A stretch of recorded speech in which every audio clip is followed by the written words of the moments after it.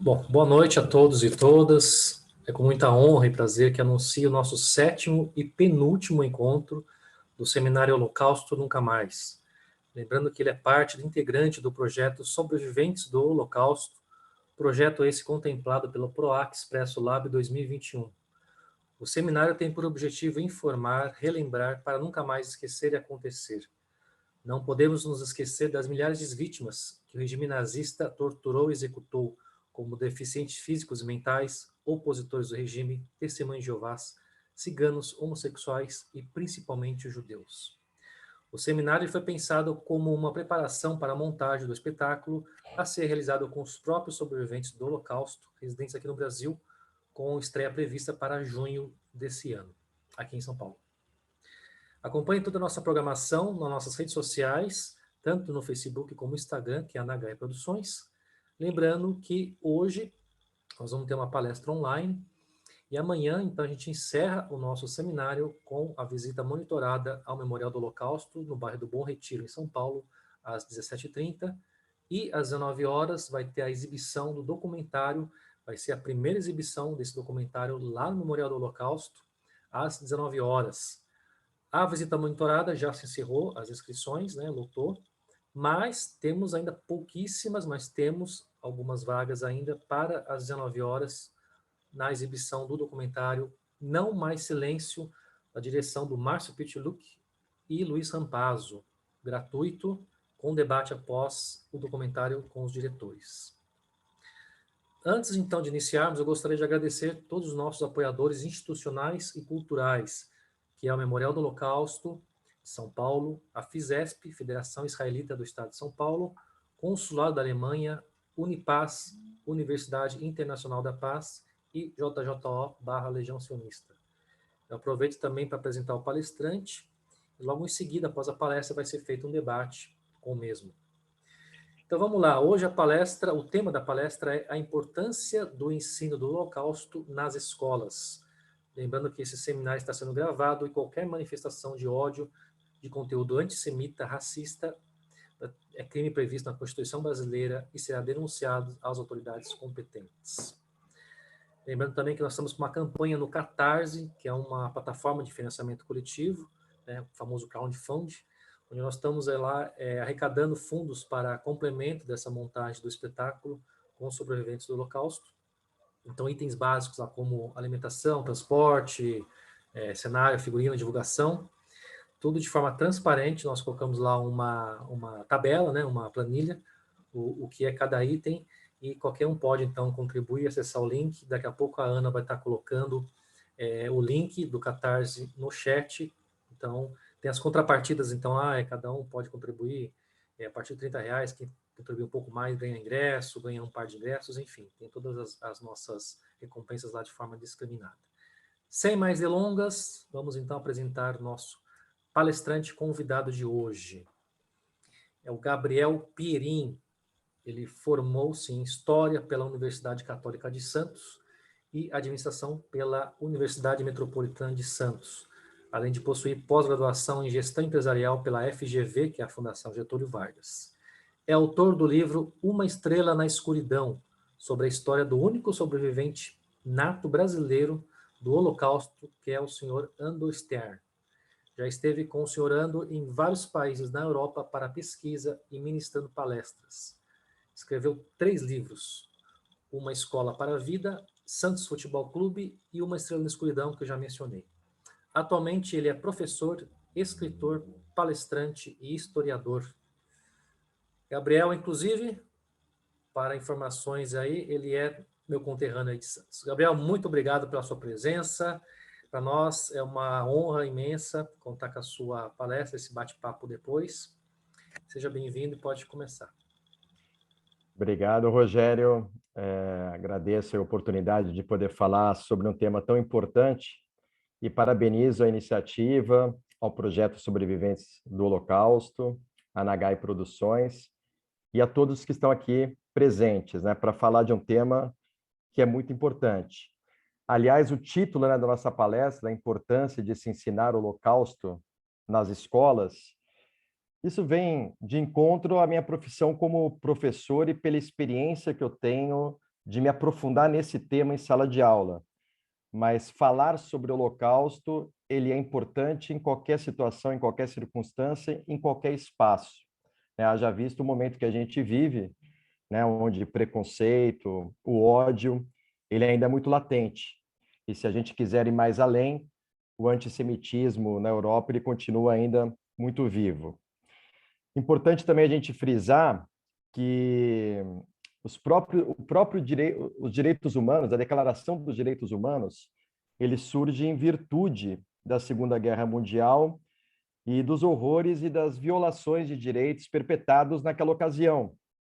Mas mesmo hoje, passados aí 75 anos da sua criação, praticamente 74 anos da sua criação, a gente vê ainda a necessidade de se reforçar esse tema, a questão da paz, a questão do reforço às instituições democráticas, ao Estado de Direito, né? Porque, inclusive, a gente viu que a ONU, né, em 2000, lançou, né, as ODSs, e justamente a questão da paz, né, e da importância das instituições de direito, elas estão presentes dentre as 17 diretrizes.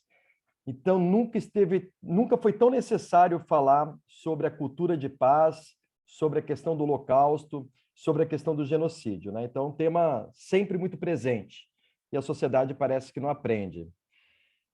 A minha aproximação com esse tema, como o Rogério colocou aí muito bem na apresentação, veio através da biografia do Andor Stern, o único brasileiro nato, e para mim foi uma surpresa muito grande conhecê-lo, e essa nossa amizade ela já perdura aí por quase 13 anos, né, desde 2009, e eu justamente conheci o Andor numa palestra.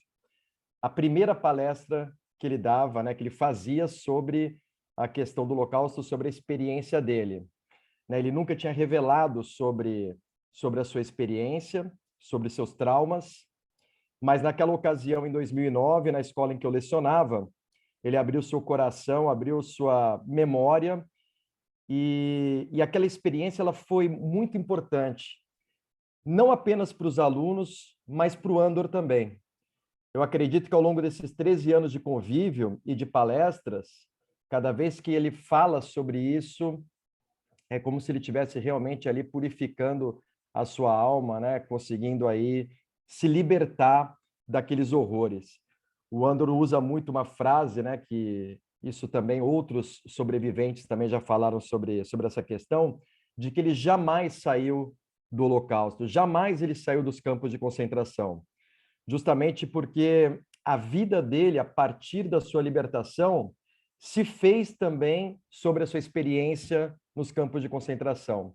Então, ele estabeleceu, como estabelece até hoje, uma relação muito próxima diante daqueles horrores. E isso é importante para a gente entender a marca que o Holocausto e que a experiência do Holocausto traz para essas vítimas, mudando profundamente as suas vidas e a sua relação com as pessoas. Muitos dos sobreviventes, inclusive, carregam traumas e têm muita dificuldade de viver. O Andor, ao contrário, ele vive os horrores, evidentemente, né, as suas memórias, né, do Holocausto, mas de uma maneira especial, né? Ele procura tirar proveito ou conhecimento sobre aquilo que ele viveu, fazendo da vida dele, né, sempre uma melhor experiência, e sempre nos ensinando coisas assim maravilhosas, né? De que a vida realmente ela busca o equilíbrio. E se a gente for parar para pensar como é que alguém que perdeu tudo, e isso é muito importante a gente falar, especialmente para aqueles que não conhecem sobre o Holocausto ele não privou as pessoas apenas da sua liberdade. Ela privou as pessoas da sua liberdade, da sua vida, da sua dignidade, da sua consciência. Ela desumanizou as pessoas. O Andor fala muito que durante aquele período que ele viveu lá, e essa é uma pergunta recorrente nas nossas palestras, a pergunta de se ele tinha alguma esperança, se ele rezava, o que é que ele pensava naquele tempo, se ele tinha alguma amizade, como era o convívio. E o Andor ele é muito categórico quando ele fala sobre a experiência dele no Holocausto. de que não havia possibilidade de ter esperança, pelo menos para ele, né, que foi libertado aos 17 anos, pesando 28 quilos, num estado, né, de quase morte. E não havia possibilidade nenhuma ali de você ter esperança, de você ter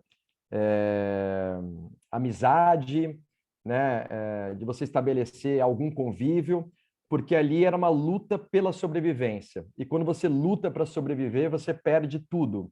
A sua dignidade, a sua consciência. Ele chega a se comparar com um zumbi ou com um cachorrinho perdido, que de repente está ali só para fuçar o lixo, tentar achar alguma coisa para comer, para sobreviver, e que não faz planos de futuro. Né? Não existe o dia seguinte para quem está naquela situação, para quem está na situação de fome. O que existe é o momento presente, é a sobrevivência, é o minuto seguinte, porque você não sabe o que vai acontecer na próxima hora, no próximo dia, na próxima semana. Então, o que existe ali, aquele momento, é o segundo seguinte, é o minuto seguinte. Né? Então, para isso que ele vivia. E isso, para ele, depois trouxe muitos ensinamentos, de que a vida também ela busca esse equilíbrio e que, de certa forma, apesar de ter perdido tudo isso, ele ainda se sente recompensado.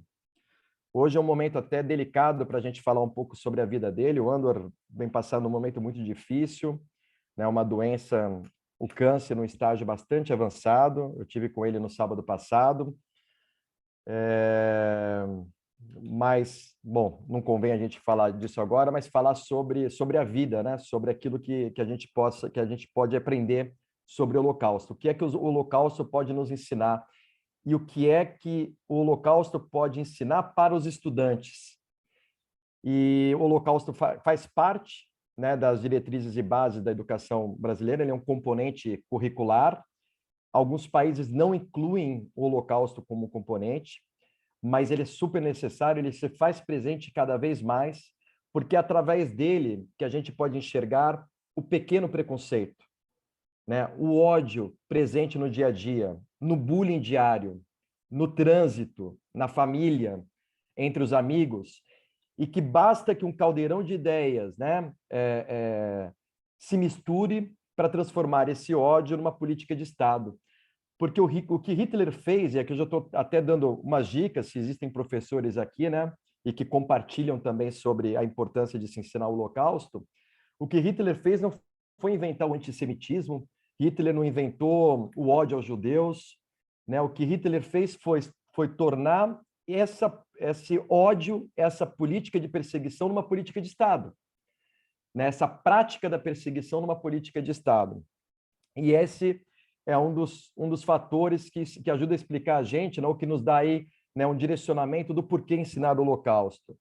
Entender que o genocídio ele não é casual, ele não é obra de uma circunstância, ele não é inevitável. Ao contrário, que o genocídio ele pode ser provocado e que o Estado ele pode ser utilizado para esse fim, que o Estado ele pode ser um implementador de políticas que provoquem o genocídio, a extinção de uma raça, assim como o Estado ele pode ser orientado para salvaguardar as instituições democráticas do direito.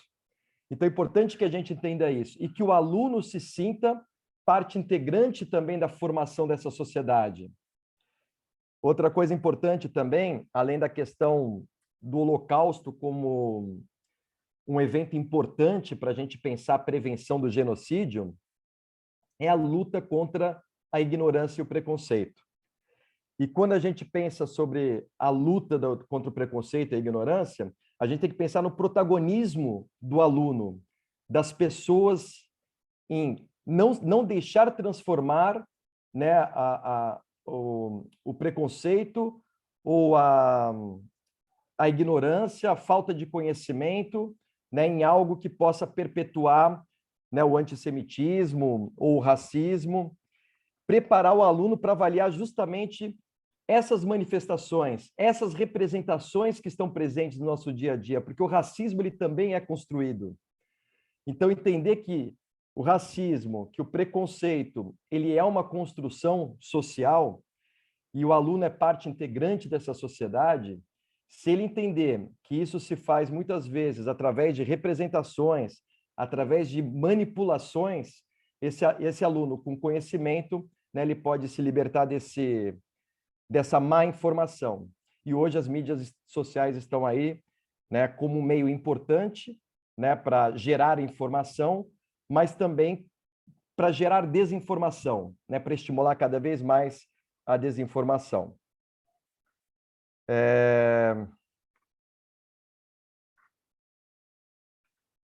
Além da gente entender o porquê ensinar o Holocausto, também entender que o silêncio ele contribui para essa opressão. E que as pessoas, quando a gente mergulha naquela Alemanha, e uma das perguntas que os alunos fazem era: mas os judeus não perceberam sobre a perseguição? As pessoas elas não fizeram nada para evitar que isso acontecesse? E se a gente não entender o que era o Holocausto, seus conceitos, como ele foi sendo implantado, né, dentro da sociedade, a gente não consegue compreender o comportamento das pessoas diante de tal fato. O André ele coloca muito bem também, dentro da experiência pessoal que ele teve, de que por volta de 1938, quando a Áustria já tinha sido ocupada, e um dos avós dele vivia lá, esse avô veio para a Hungria para fugir daquela perseguição que estava acontecendo na Áustria. E o outro avô não acreditava que os alemães pudessem fazer algo além do que aquela perseguição que já existia. De que essa ideia de que os judeus estavam sendo presos e de que poderia causar um mal maior, sendo levados, inclusive, a campos de concentração, que isso era uma situação pontual, né, de que não havia aí com que se preocupar. Afinal, eles, judeus, né, haviam lutado ao lado, eles, judeus, alemães ou húngaros, né, do antigo Império Austro-Húngaro, haviam lutado junto com os alemães. Né? Então, também esse auto-engano, né, que acontece, ou a falta de informação, até onde a pessoa pode levar, até onde o local se pode levar, também se fazia muito presente. Afinal, também, o preconceito e o racismo, ele não tem raízes, né? Ele pode se alastrar, ele pode ser levado para qualquer lugar. Uma forma que a gente tem de evitar que isso aconteça dentro das escolas e poder ensinar os alunos é justamente fazê-los com que eles aceitem e valorizem essa diversidade, né? Entendendo que o racismo justamente é uma construção e ele pode ser levado adiante e que ele não tem raízes. Além da gente entender o porquê de ensinar o Holocausto, é importante também, especialmente aos professores aqui presentes, que a gente possa entender o que ensinar sobre o Holocausto.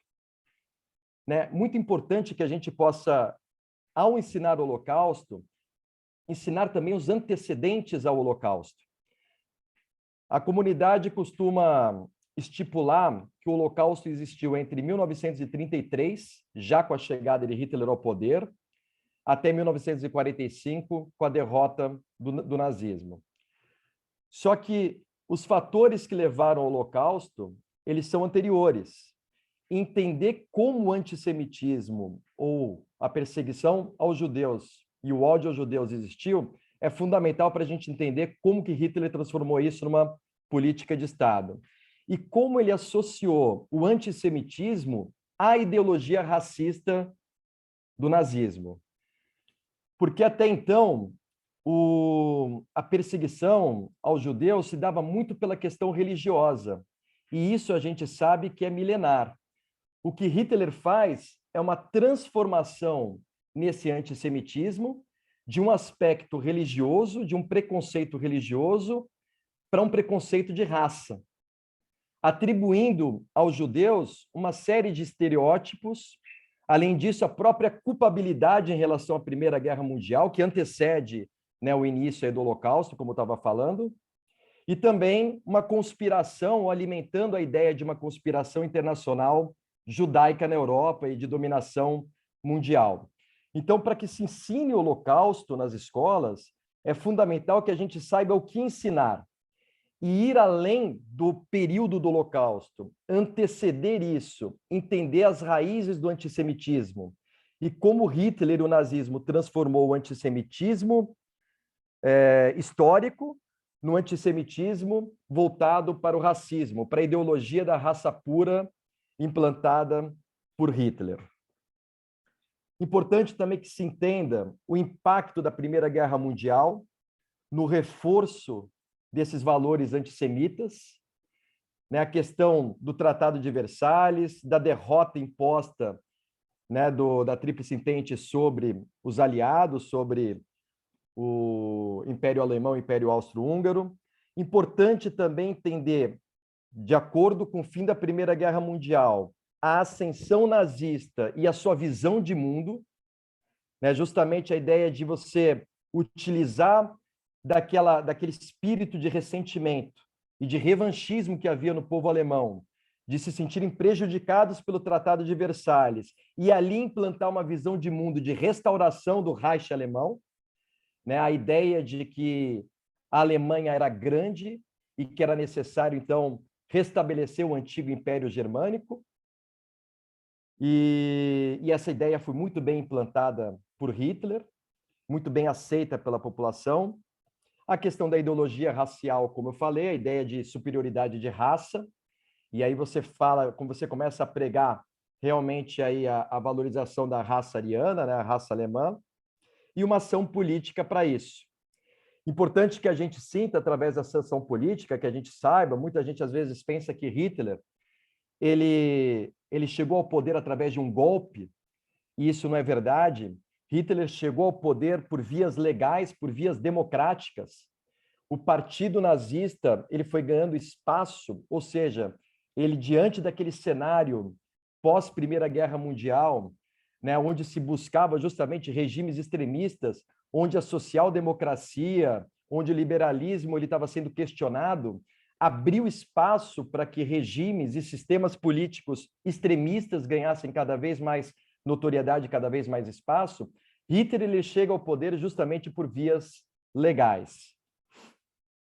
Então, a ação política, né, utilizada pelo Partido Nazista, com apoio da população, foi extremamente significativo para que Hitler chegasse através das vias legais, com apoio da população que realmente, né, acreditava que aquela visão de mundo era a visão correta. Importante, a partir, então, do surgimento do Holocausto, a gente entender o trajeto e o desenvolvimento do Holocausto comparativamente ao desenvolvimento da Segunda Guerra Mundial. Ou seja, na medida em que a guerra se desenvolve, né, à medida em que Hitler chega ao poder e depois que a Segunda Guerra Mundial tem início, o Holocausto ele vai se implementando. Então, se em 1933 Hitler chega ao poder, né, através da sua ideologia, da ideologia nazista, da ideologia de raça pura, da qual o antissemitismo fazia parte, em 1935, com o Tribunal de Nuremberg, ele reforça as leis antissemitas, proibindo, inclusive, o casamento entre pessoas de raças diferentes, entre um judeu e um alemão, por exemplo, eliminando a cidadania judaica, né, estabelecendo aí os princípios, né, de cidadania alemã, da qual todos os outros estavam excluídos. E com a chegada, então, da Segunda Guerra Mundial, a gente passa a ter aí, então, a implementação de políticas de perseguição, né, dos guetos, e, finalmente, né, a solução final e os campos de concentração e de extermínio. Outra coisa importante também, quando a gente for pensar no porquê e no que ensinar sobre o Holocausto, que a gente, como professor, que a gente entenda o papel do aluno, né, como um aprendiz do Holocausto e de que forma ele deve aprender. Ou seja, como se deve ensinar. E aí alguns cuidados são importantes também.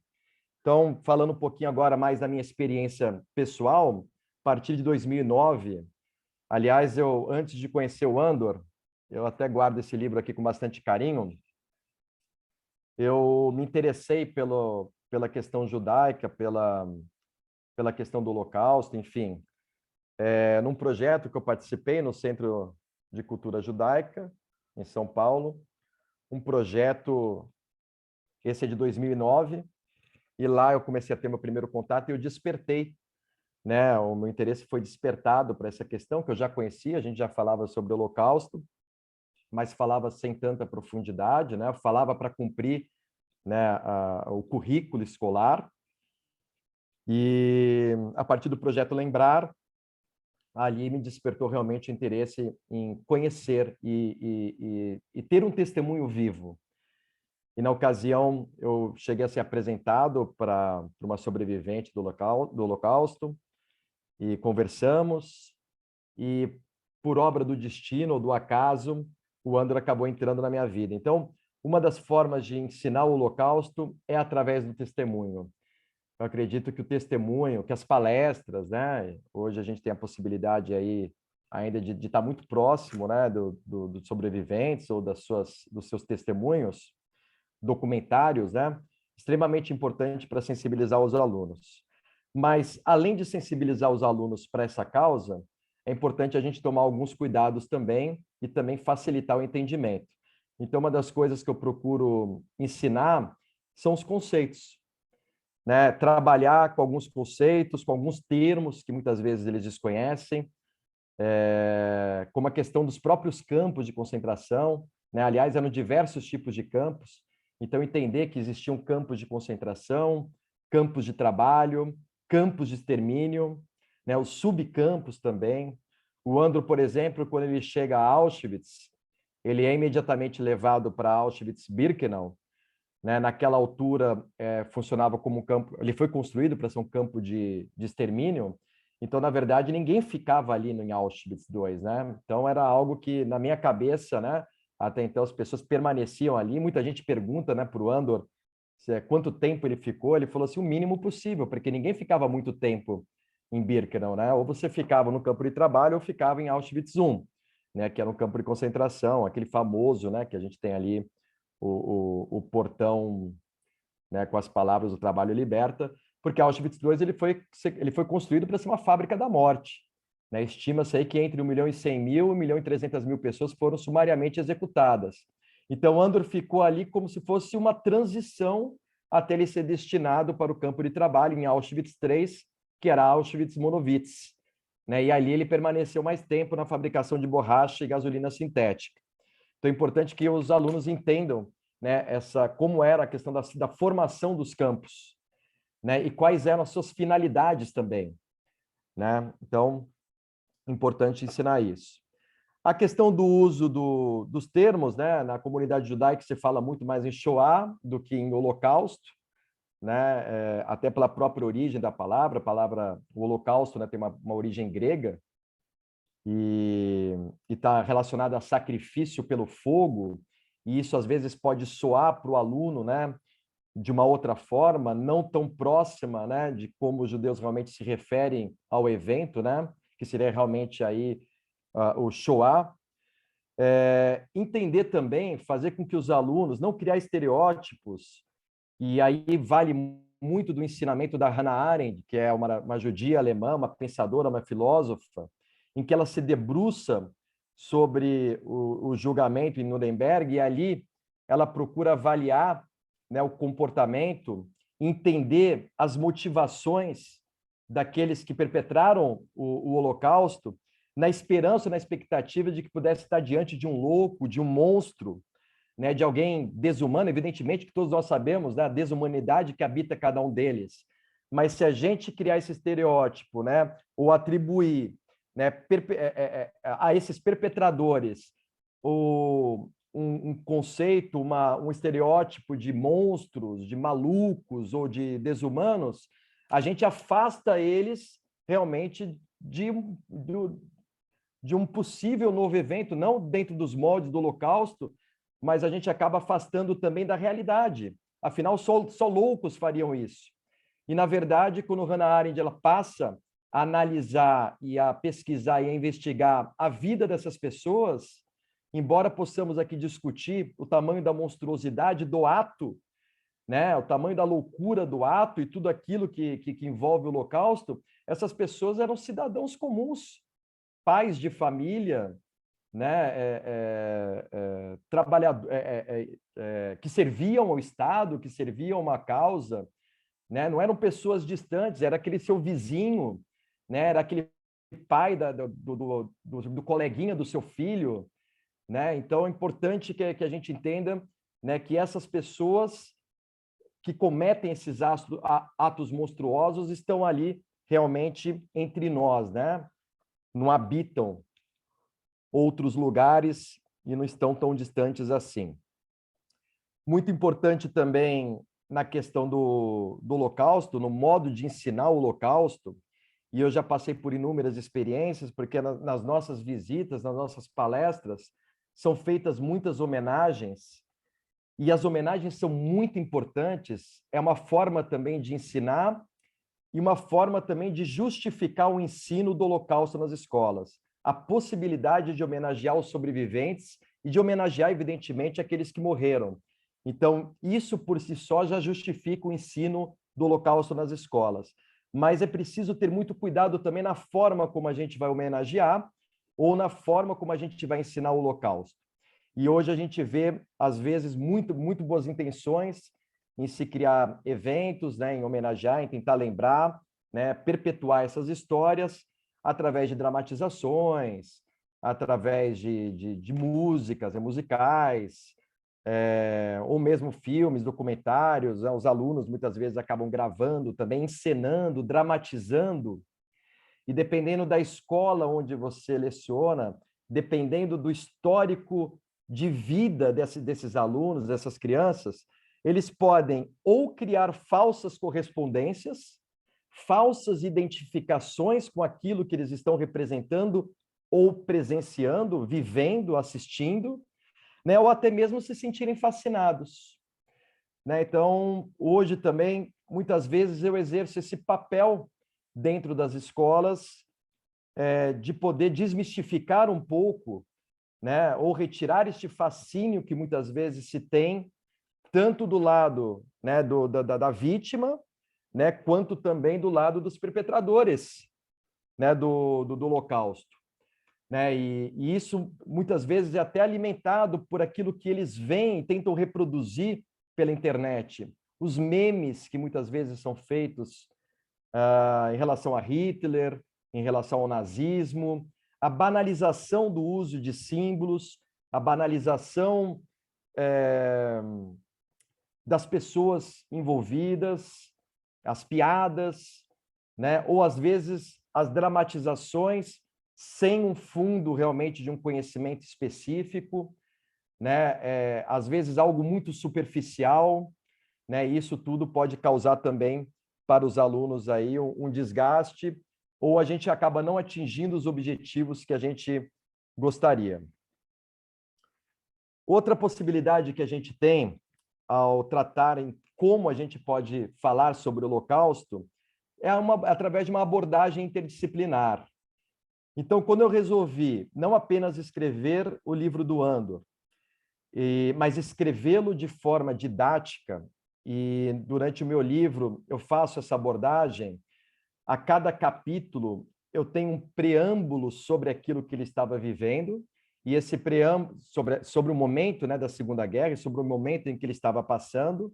Então, nesse preâmbulo, eu procuro colocar as questões históricas para que os alunos possam contextualizar, e a narrativa do Andor, a experiência dele vivida em primeira pessoa, justamente para que o aluno possa ali também vivenciar, sentir um pouco sobre a experiência desse sobrevivente, acompanhar, né, a evolução dele, o nível de perseguição, de fraqueza, né, de desesperança diante do que está acontecendo. E logo no início da minha palestra, eu cheguei a comentar sobre os sentimentos que estavam por trás, né, de alguém que viveu aquilo. E dentre esses sentimentos estava ali a perda da dignidade, a perda da liberdade física e da liberdade de consciência. E quando a gente trabalha essas ideias dentro de uma escola, que são ideias muito profundas, não precisa ficar só na mão do historiador, até porque o historiador vai ter muito mais capacidade de falar sobre o contexto da guerra do que propriamente sobre esse sentimento e refletir sobre ele. Então, quando eu introduzo o livro na sala de aula, eu faço uma abordagem interdisciplinar com os professores de filosofia e de geografia. De filosofia, para que ele possa trabalhar conceitos como liberdade, xenofobia, preconceito, o bullying em sala de aula, né, que é possível falar também, sobre a questão da vida, a importância da vida. E, finalmente, o professor de geografia ele pode estar situando, se o professor de história situa no tempo, o professor de geografia pode estar citando o espaço geográfico e também a geopolítica existente. Afinal, a partir ali da Primeira Guerra, a gente tem a desintegração dos grandes impérios em inúmeros países, tanto na Europa quanto no Oriente Médio, e na Segunda Guerra a gente passa a ter também aí uma nova transformação na geopolítica. Outra coisa importante que dá para ser trabalhado através de uma abordagem interdisciplinar é utilizar também o professor de atualidades. Hoje, no ensino médio, a gente tem, com o novo ensino médio, a possibilidade de trabalhar novas disciplinas, e algumas escolas têm trabalhado fortemente aí com a questão das atualidades, e a hora que a gente fala sobre guerra, sobre invasões, dá para a gente traçar um paralelo também com as guerras que estão acontecendo no momento, sobre a questão dos refugiados. A gente está vivendo agora uma crise humanitária, e se a gente deixa o Holocausto parado no tempo, lá na década de 40, a gente não aprende sobre ele, a gente vai visitar o passado como se fosse algo parado no tempo, como se fosse um museu. E não é essa a ideia de quando a gente aprende o Holocausto. É a gente entender que a gente vive o Holocausto diário. E quando a gente entende o Holocausto e até onde ele pode chegar, e a gente traz para o momento presente, a gente sensibiliza as pessoas para a questão, por exemplo, do refúgio. Estava ouvindo ontem, parece que mais de 3 milhões, 4 milhões de ucranianos já cruzaram as fronteiras. Então, a gente está tendo uma crise agora de refugiados. Recentemente, a gente teve uma crise de refugiados da Síria, né, dos países da África. Então, é importante que a gente entenda que essa problemática das migrações e o quanto isso interfere não só na vida das pessoas, mas nas transformações das nações mundiais, é importantíssimo, né? E aí a gente pode traçar um paralelo do impacto, né, das migrações e do refúgio dos judeus, né? O Andor acaba se tornando um refugiado dentro da sua própria cidade natal, já que ele retorna ao Brasil em 1948, mas retorna dentro dessa condição, e o quanto, né, os judeus, né, foram importantes aí também, né, na situação de buscar uma nova pátria, se espalhando pelo mundo, e depois, evidentemente, através do movimento da criação do Estado de Israel. E dos impactos, né, que a gente tem nisso até hoje. Então, queria fechar com isso, né? A palestra ela tem assim uma finalidade, né, um objetivo, que é justamente a gente falar da importância do ensino do Holocausto nas escolas. E eu gostaria de falar que essa importância ela passa por essas 3 perguntas, né? O porquê ensinar o Holocausto? E aí foi quando eu destaquei a questão do genocídio, de entender o genocídio não como uma causalidade, né?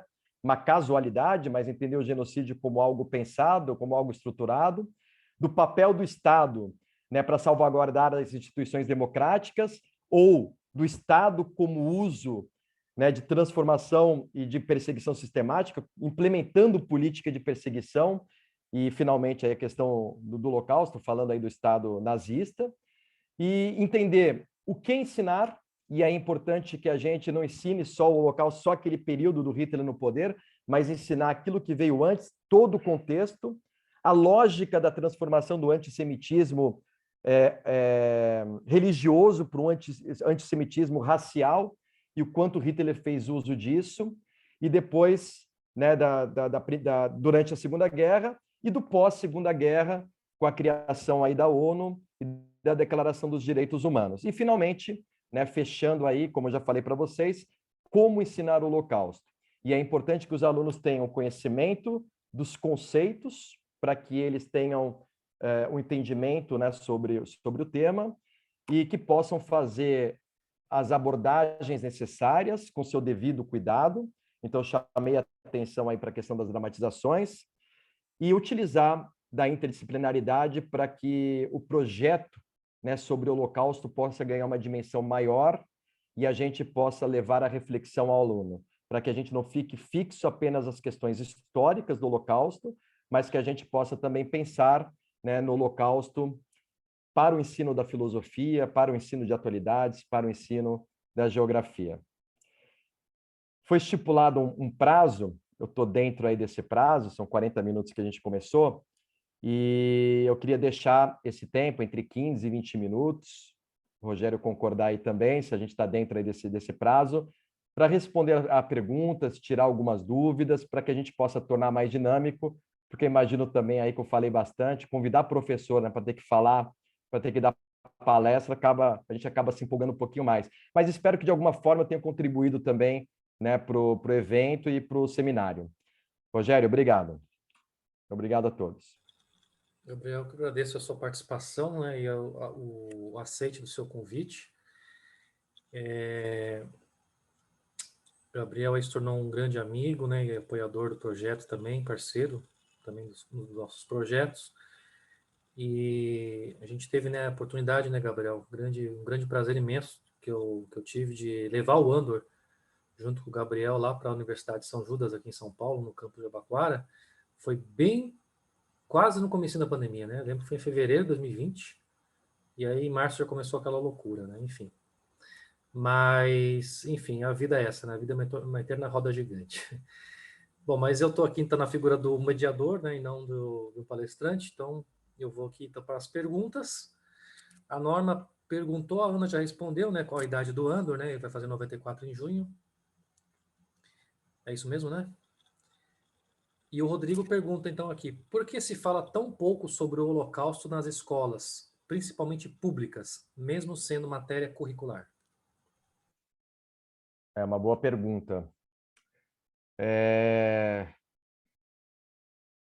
Por que se fala tão pouco, né? É que é difícil perguntar para mim, porque eu falo muito sobre o Holocausto, né? Hoje mesmo eu estava em sala de aula e eu passei para eles um dos documentários que a gente gravou, mas é porque realmente eu tive a oportunidade, né, de estar mostrando para eles esse documentário, né? A gente estava vinha numa semana de provas, né? Então eu usei esse tempo para poder passar alguma coisa. E aí, claro, vem a minha opção, né, dentro daquilo que eu trabalho e que eu considero realmente bastante relevante, de apresentar o Holocausto.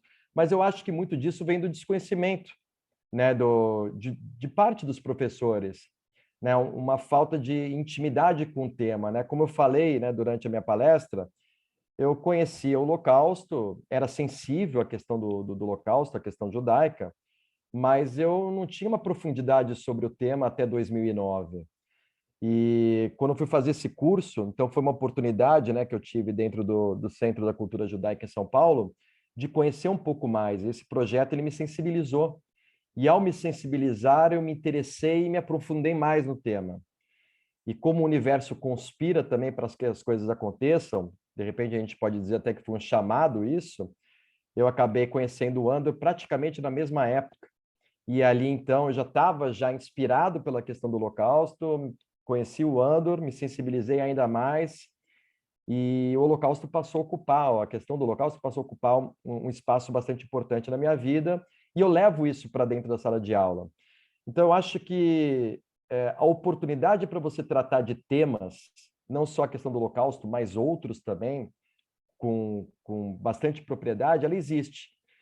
E eu acho que esse trabalho que a gente faz hoje, por exemplo, que o Rogério está fazendo, é justamente para que a gente possa refletir e tocar esse professor, né? Poder falar para ele, olha, dê mais importância ao Holocausto.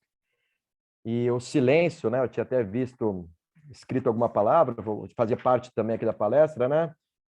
A questão do silêncio aqui, o silêncio ele acaba contribuindo para a opressão, né? Então cabe a gente falar sobre o Holocausto, né?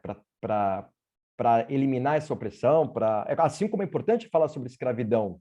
Não se falava sobre história da África, né? Só para a gente poder avançar um pouquinho aqui e tentar também buscar outras referências. É algo recente, né? A gente mesmo, como professor, desconhecia muito da história da África, da questão indígena. E como é que você vai falar sobre escravidão se você... Com que olhar que você vai falar sobre escravidão? Sob o olhar do opressor, né? E a gente tinha muito desconhecimento, né, sobre a origem dos africanos. E não dá para você ter esse desconhecimento porque hoje a nossa sociedade ela é feita também, né, com os afrodescendentes. A nossa construção social se fez através deles também. Então é importante que a gente possa tocar nesses pontos que são importantes, né? Senão fica sempre esse olhar, né, enviesado, né? Então eu acho que a resposta é oportunizar, oportunizar. Oportunizar a história da África, oportunizar a questão da escravidão, a questão indígena, a questão do Holocausto, né, para que a gente possa conhecer, sensibilizar e tornar isso importante. Só para complementar o que o Gabriel falou, né, e a pergunta, né, também, eu vou colocar um link aqui no chat, né, sempre a gente trabalha com as referências, né, porque eu acho que é importante, ainda mais nesse momento que a gente vive no mundo aí de fake news, mas eu coloquei um link aqui no chat para vocês, que foi durante as minhas pesquisas, né, é assustador, né? Então, é um link da Folha de São Paulo, né, do jornal Folha de São Paulo, de uma matéria que saiu na Folha no dia 27 de julho de 2001, né? Então já faz um tempo essa matéria. E nessa matéria da Folha, ela cita, inclusive, que o próprio AJC, que é uma sigla, né, americana, né, que significa Comitê Judaico Americano, o Comitê Judaico Americano, na época, ele fez uma pesquisa, ele encomendou uma pesquisa em 14 países, né? E nesses 14 países, inclusive o Brasil fazendo parte, Argentina, Austrália, Estados Unidos, que eram os únicos países não europeus dentro dessa pesquisa. E eles constataram que 80, aqui no Brasil foi o Ibope, né, que tomou a frente dessa pesquisa, né? E segundo o Ibope, 89% dos entrevistados responderam não sei sobre o Holocausto, né? Ou deram respostas consideradas incorretas pelo AJC, né? Quando indagados sobre o que quer dizer a palavra holocausto. Na Argentina, para você ter uma ideia, o mesmo comparativo, a porcentagem foi de 64%, que não souberam responder.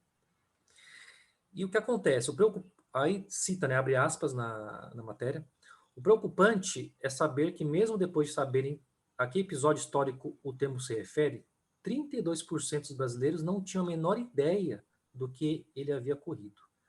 Então, assim, é muito preocupante, né, quando a gente está falando aí de uma porcentagem altíssima, né, das pessoas não saberem realmente o que foi o Holocausto. Então, só para me chamar a atenção, só para compartilhar isso com vocês. Eu vou fazer aqui a próxima pergunta, quer dizer, eu vou ler, né, na verdade, a próxima pergunta. O Rodrigo, ele menciona aqui, Gabriel, o que o professor Gabriel acha da liberação da autobiografia de Hitler sendo vendido livremente nas livrarias? Não teria que ser proibido? É uma boa pergunta, né? Proibido, eu acho que não. Eu acho que ele tem que ser lido com orientação, lido com cuidado, porque senão a gente corre o risco, né, como eu coloquei também, né, das pessoas criarem um certo fascínio, né, a biografia, a história. Então, creio que assim a proibição ela não resolve, mas também a leitura superficial, sem o entendimento, né, do que foi, né, das coisas que aconteceram, como uma leitura complementar para tentar entender a trajetória, a mente, eu acho válido, mas sem essa orientação é complicado. Mas também não acho que o livro ali ele vai atrair a atenção das pessoas que já não têm algum grau de conhecimento. Eu acho que eu sou contra a proibição. Eu acho que não é a saída, né? Nunca foi a saída, né? Mas eu acho que ela tem que ser, é uma leitura que tem que ser feita com bastante orientação, né? Com seu devido cuidado, como várias outras leituras também, né? É o modo que eu penso. Bom, vamos lá. A Blema está falando aqui, né? Peço ao Gabriel que dê um forte abraço por mim no querido André, orações pela Pode saúde deixar. dele. E um abraço para você também, meu. A Norma fala que tem um material disponível sobre o Holocausto de um sobrevivente de Auschwitz com quem trabalhei 25 anos. Caso o Gabriel se interessar, posso enviar. Opa, Material importante para os faço, alunos. Aí faço eu passei questão. e-mail da Nagai Produções, tá, Norma? Que nos Depois passa interessa, para mim inclusive, esse também. material. Isso, depois eu Sim. encaminho também ao professor Gabriel. O Cione está parabenizando o professor Gabriel. Grande Alcione Moura. Grande beijo para Sara, ela. muito obrigado, Gabriel. A Cristina Cruz, ela pergunta como os alunos reagem ao tema. Olha, das mais diferentes formas, né? Tem alunos que são muito sensíveis. Olha que interessante, né? Eu hoje cheguei na sala de aula e uma aluna veio me trazer uma cartinha que foi feita pela mãe dela. Eu coloquei o meu livro como um livro paradidático, e os pais compram, né, o livro, e a mãe, que é médica, ela se interessou pelo livro, leu, e ela leu antes da filha, né? Porque a gente vai ler quando a gente for tratar sobre a Segunda Guerra, então é um livro para ser lido no segundo semestre. Mas essa mãe, Andrea Locon, ela leu antes e ela fez questão de mandar, ela se sensibilizou, né? E os alunos reagem das mais diferentes formas, né? A gente já teve casos assim, só para usar um caso mais impactante, de um aluno que depois confessou, ele estava pensando em cometer suicídio e ao escutar a história do Andor, ele tirou isso da cabeça. Né? Para a gente ver até onde pode chegar, né? Até onde uma palavra, né? E até onde uma história como essa ela pode chegar. E por que que esse aluno se sensibilizou e por que que o tema sensibiliza muita gente? O André ele usa uma frase que para mim virou assim um lema, né, de vida, né? Que é nunca está tão ruim que já não tenha sido pior. Pode parecer até um pouco irônico quando ele fala sobre isso, mas o que ele quer dizer com essas simples palavras é de que, independente daquilo que a gente esteja vivendo, nunca está tão ruim que já não tenha sido pior. Então, se você está passando por um problema, às vezes financeiro, um problema de saúde, ou qualquer que seja, para quem experimentou o que ele experimentou, né, que foi a perda de tudo, né, a perda dos parentes, a perda da dignidade, de consciência, de tudo aquilo que pode acontecer, nada está tão ruim que já não tenha sido ou que não possa ser pior. Né? Então, esse aluno que achou que estava no fundo do poço, e eu não sei exatamente o que ele estava vivendo, né, para isso,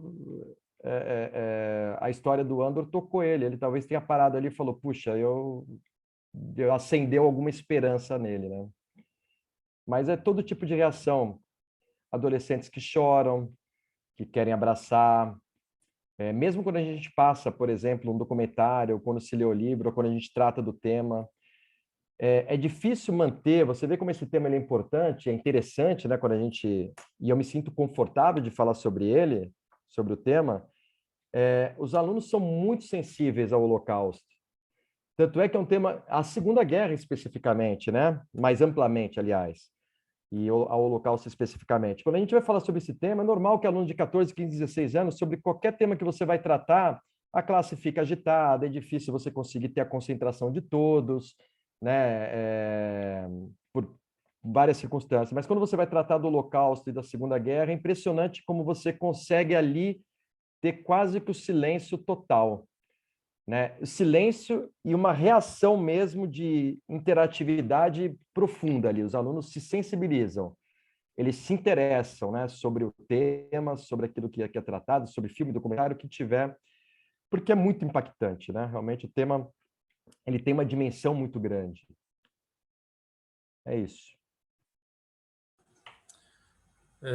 A Norma dá um parabéns aqui, né? Parabéns pela palestra. Continuar debatendo este assunto com os alunos é de suma importância. É verdade. A Cristina faz uma pergunta aqui, eu gostaria de quebrar o protocolo, Gabriel, gostaria de responder para ela, né? Porque ela fala que, assim, talvez o fato da comunidade judaica ser um pouco fechada é que leve ao desconhecimento dos jovens sobre o tema, não? Eu discordo, Cristina. Eu não acredito que a comunidade judaica. Acredito não, né? Eu tenho certeza. A comunidade judaica não é fechada como a gente pensa, né? Eu acho que isso, na verdade, são estereótipos, né? Assim como também tem o estereótipo do judeu rico também. A gente sabe que não é verdade. Tanto que a comunidade judaica, ela é uma Quer das falar maiores, comigo? né, divulgadoras da questão do Holocausto. E o Memorial do Holocausto, inclusive, convido você, se já não conhece também o Memorial do Holocausto em São Paulo, ele tem visitas monitoradas todos os dias, menos sábado, né, que é o Shabat, mas todos os dias com escolas públicas, escolas particulares, grupos de empresários. Então, você mesmo pode também, inclusive, fazer pesquisas, desenvolver pesquisas em conjunto com a comunidade, com instituições judaicas, com o próprio Memorial do Holocausto, que eu recomendo, inclusive, a visita. Recomendo também muito a visita ao Museu Judaico, que acabou de inaugurar no começo desse ano, Lá tem uma parte também sobre o Holocausto, mas tem toda a cultura dos casamentos, dos ritos, os rituais judaicos, roupa, comida. Eu, por exemplo, que não tenho nenhuma relação consanguínea com a comunidade judaica, né? Inclusive sou neto de japoneses, fui muito bem aceito pela comunidade, expliquei meu projeto, tive inclusive muito mais aceitação, muito mais apoio da comunidade judaica do que da comunidade japonesa com o projeto do sobrevivente de Hiroshima. Então, a comunidade judaica não é fechada, né? Pelo contrário, ela é aberta, inclusive há diferentes vozes dentro da comunidade judaica, né? Diferentes espectros políticos, e ela valoriza muito, né, a cultura, a arte, e não poderia ser fechada, né? Porque o Brasil recebeu eles de braços abertos e eles não poderiam também segregar, porque foram muito segregados, né? Então, não sei se o Gabriel quer também complementar alguma coisa também. Não, eu acho que assim nunca se falou tanto, né, sobre o Holocausto. Evidente que quando a gente vive, né, quando a gente participa mais, né, sobre essas questões, as coisas chegam mais facilmente para a gente, né? E então parece, né, que o Holocausto para mim é algo muito próximo e que eu vejo muitas produções, muita coisa, mas é que também eu acabo sendo envolvido. Mas eu acho que a tendência é a gente ver cada vez mais produções sobre o tema e mais facilidade também de chegar até as pessoas, especialmente devido às tecnologias e também devido ao momento que a gente vive na atualidade. Então, reacendeu, né, nas pessoas e reacendeu na comunidade, né, a necessidade de falar sobre o Holocausto, né, sobre o antissemitismo, justamente porque o antissemitismo ele está latente na Europa, né? A gente vê aí na Hungria manifestações, inclusive em estádios de futebol, contra os judeus, né? Levantando novamente essa questão, coisas assim absurdas, movimentos nazistas. A gente viu aqui no Brasil, né? Muito pela ignorância também, políticos, né? Tratando do tema de uma forma banal, sem nenhuma propriedade. E aí, quando isso acontece, né, os conceitos, o conteúdo, né, ele vem à tona e aí vem, né, justamente aí para conseguir, né, tratar com mais propriedade. Então, acho que é super importante o que está acontecendo, né, as reações e tudo aquilo que vem sendo produzido também para que a gente possa ter cada vez mais suporte, né? Porque o Holocausto ele desafiou profundamente os valores humanos, os valores democráticos, quando aconteceu. E a gente não pode correr o risco de perder esses valores humanos. E falar sobre esse tema é importantíssimo. Então, é importante, eu acho que cada vez mais a gente vai ganhando aí uma dimensão e acho que falar sobre o Holocausto não é só para a comunidade judaica falar, né? Eu mesmo também, assim como o Rogério, eu não tenho relação nenhuma, apesar de ter aí Davi no nome, né? Eu não tenho nenhuma relação de parentesco religioso, mas o assunto me tocou e por ser uma questão que transcende a questão judaica, né? A gente está falando de valores humanos, de valores democráticos, é importante que todos nós aqui, independente de estarmos próximos ou não, né? Porque aquilo que atinge um semelhante, amanhã nos atinge também. Né? Assim como falar sobre a questão da escravidão é muito importante, porque regimes análogos à escravidão existem até hoje. Falar sobre a questão indígena é importante, independente da gente estar próximos ou viver em comunidade indígena, falar sobre isso é importante, porque a gente está falando sobre a questão da preservação, sobre desenvolvimento sustentável, então não tem como você excluir essa temática de algo tão amplo. Né? Eu falei sobre as ODS da ONU, da qual a paz e a garantia do Estado Democrático de Direito fazem parte, e aí a gente tem que mergulhar na questão do Holocausto. É inevitável, porque ele é um fator, ele é um baluarte, né, da criação do Estado Democrático de Direito, dos valores humanos, dos direitos humanos. Então não tem como, né? Ele é o nosso pilar, né? Foi a partir dali que serviu de inspiração para que os direitos humanos pudessem ser discutidos. Então, toda vez que a gente vê os direitos humanos serem violados, a gente tem que resgatar, né, o histórico, e aí, a partir daí é inevitável que a gente fale sobre o antissemitismo e o Holocausto. Por isso que ele é um tema que não é um tema para a comunidade. Ele é claro que ele toca mais a comunidade pelos seus laços, né, mais históricos e culturais, mas ele faz parte, a memória do Holocausto, ela é uma memória coletiva e ela tem que ser alimentada. Ela pertence a cada um de nós e a gente só vai combater a ignorância, o racismo, se nós, como sociedade, a gente conseguir ter o entendimento e o envolvimento necessário. É só para complementar, né, essa questão que eu falei também, porque por que eu estou recomendando também o Museu Judaico? Porque o Museu Judaico, ele é um pouco mais amplo nesse sentido de envolver a cultura também, diferente do Memória do Holocausto, que é focado na questão do Holocausto. O Museu Judaico, ele tem uma parte lá, se não me engano, acho que do primeiro subsolo ou do segundo, que ele mostra, inclusive, outros tipos de narrativas, não só da questão judaica, tá? Então, ele mostra, por exemplo, lá, tem frases lá escrito, dados estatísticos, não sei quantas mulheres são assassinadas, feminicídio no Brasil, não sei quantos indígenas foram assassinados, né, no Brasil, não sei quantos negros foram assassinados, não sei quantos... Brasil é o país que mais mata travestis no mundo. Então, ou seja, isso por si só já desmistifica qualquer tipo de narrativa, né, que o judeu ele é fechado, né? Uhum. E aí também existe uma instituição judaica que é a CONIB, que inclusive eu assisti uma palestra deles, se não me engano, acho que no dia 27 de janeiro, né, que é o Dia Internacional da Memória do Holocausto. A CONIB ela fez um pronunciamento que eu achei muito interessante. Ela falou assim: a CONIB está na sociedade brasileira não apenas para a defesa da questão do racismo aos judeus, mas de qualquer pessoa brasileira que se sinta vítima de racismo pode e deve acionar a CONIB. Então, ou seja, isso também já desmistifica também essa questão de que a comunidade judaica ela é fechada, né? Então, é uma instituição da comunidade judaica oficial, institucional, que está aberta a qualquer tipo de pessoa, sendo amarelo, negro, enfim. Vamos então, só para continuando aqui, né? O Wagner, ele fala assim: na escola eu nunca ouvi falar, deve ser sobre o Holocausto, né? Obviamente, nunca ouvi falar. Os alunos se interessam pelo assunto, professor?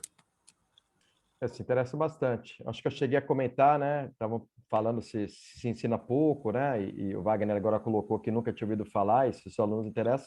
Sim, como eu já disse, né? Falar sobre o Holocausto e a Segunda Guerra comove os alunos, né, se interessam pelo tema, se sensibilizam, né? Porque se colocam no lugar do outro, né? Uma coisa que eu costumo abordar bastante, né? Especialmente pela experiência do Andor, né? E eles se sentem muitas vezes, né, representados, porque você vê essa questão, né, do refúgio, né? O refúgio é algo que sempre existiu, as guerras, e muitas vezes distante da nossa realidade. Você vê que a sociedade europeia, a comunidade europeia está muito sensibilizada, e tem que estar mesmo, né, com a questão dos refugiados, e alguns repórteres, né, jornalistas, né, cometendo gafes, né, dizendo que, olha, né, quem está atravessando, né, são pessoas como nós, né, porque sensibiliza pela cor da pele, pela vestimenta, né, pelas casas que habitavam, pelos carros que estão abandonando nas estradas, né, especialmente ali no início.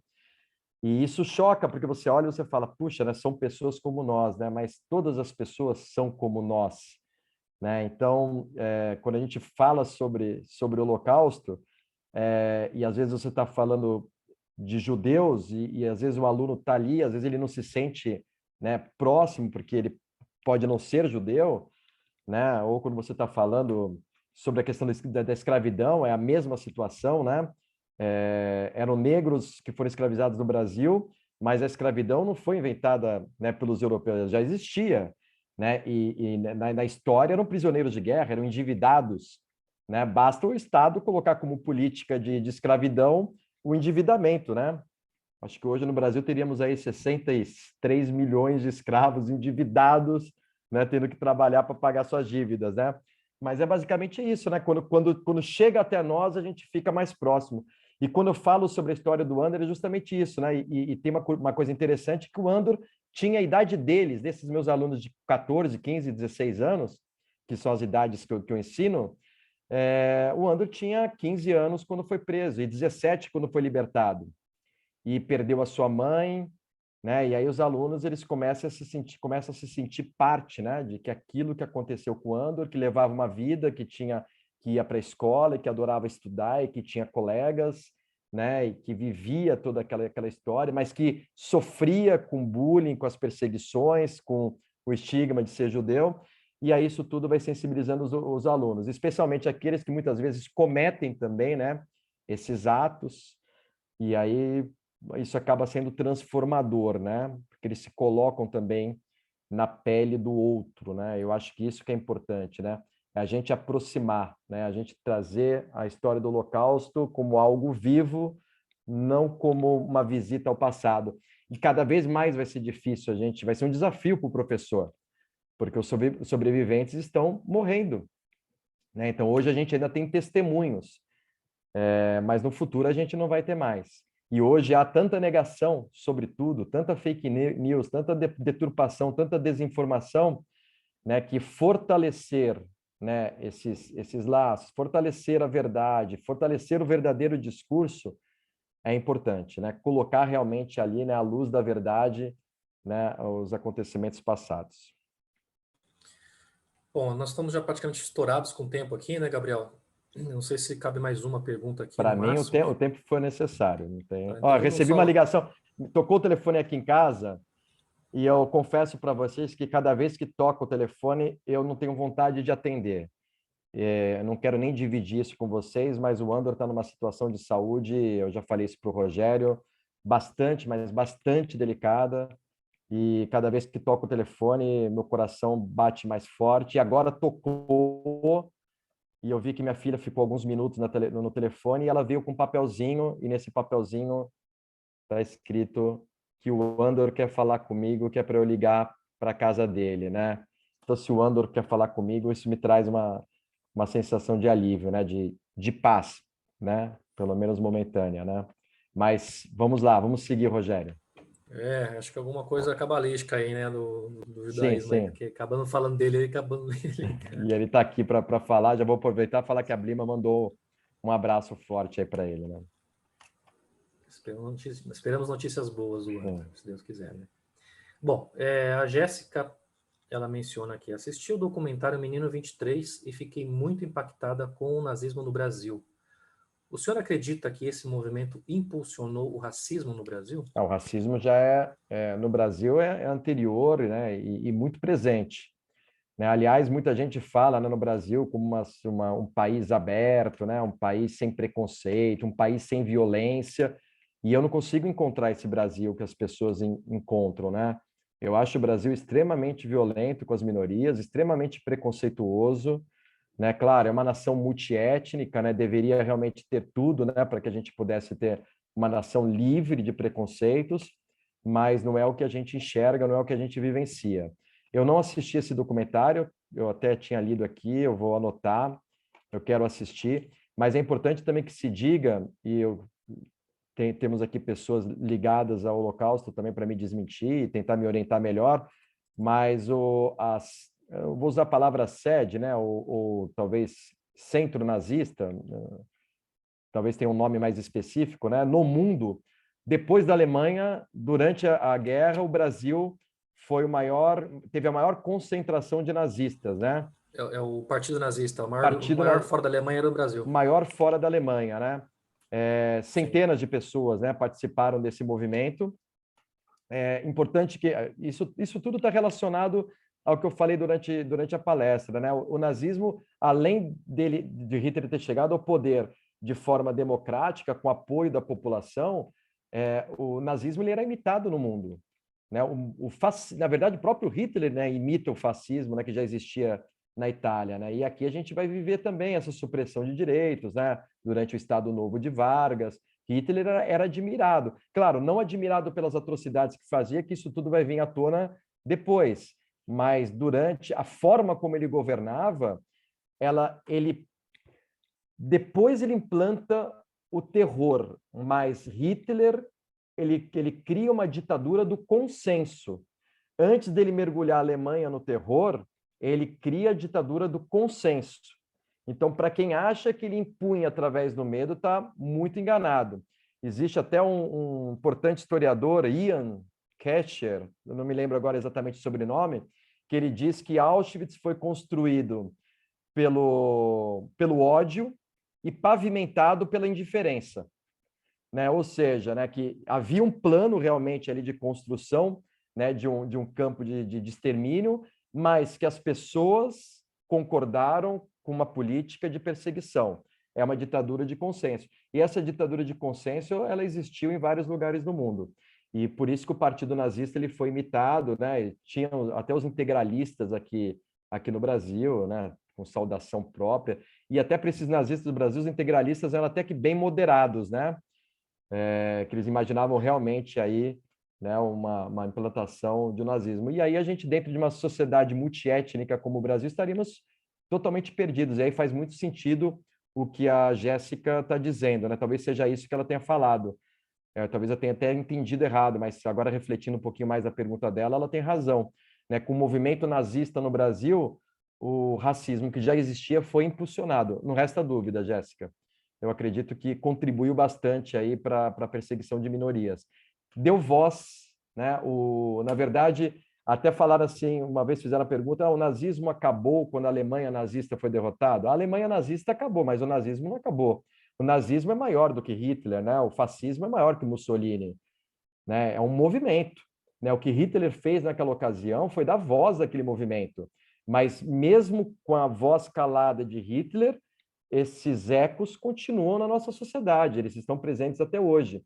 Então, com certeza, esse movimento nazista que existia no Brasil, né, e eu acredito que seja esse Menino 23, esse documentário, eu vou verificar, ele impulsionou o racismo, pelo menos o antissemitismo no Brasil, com certeza.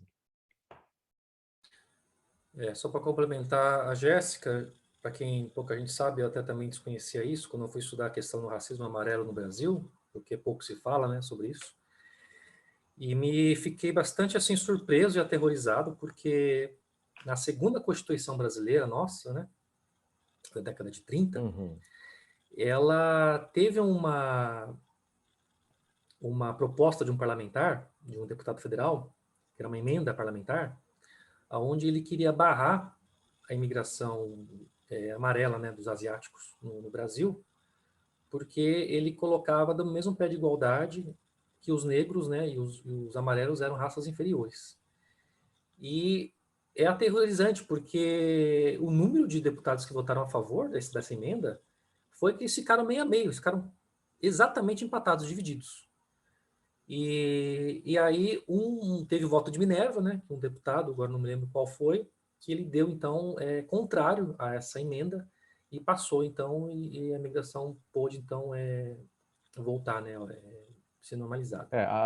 Então, bastante as teorias racistas, né, que legitimaram, inclusive, a colonização africana e asiática, né, no século XIX, elas envolviam, né, não apenas os negros africanos, mas também, né, indianos e chineses, né, enfim, né, era bastante presente, né, essas ideias, né, de que só é a visão eurocêntrica, né, de que somente na ocasião visão eurocêntrica.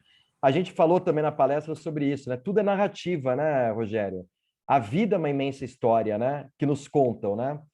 Então, se você não tiver informação verdadeira, você não tiver uma consciência, né? E eu falei isso, a importância, tá aí a importância, né, de se ensinar o Holocausto, e aí pensando no Holocausto de uma forma ampla, que envolve o racismo também,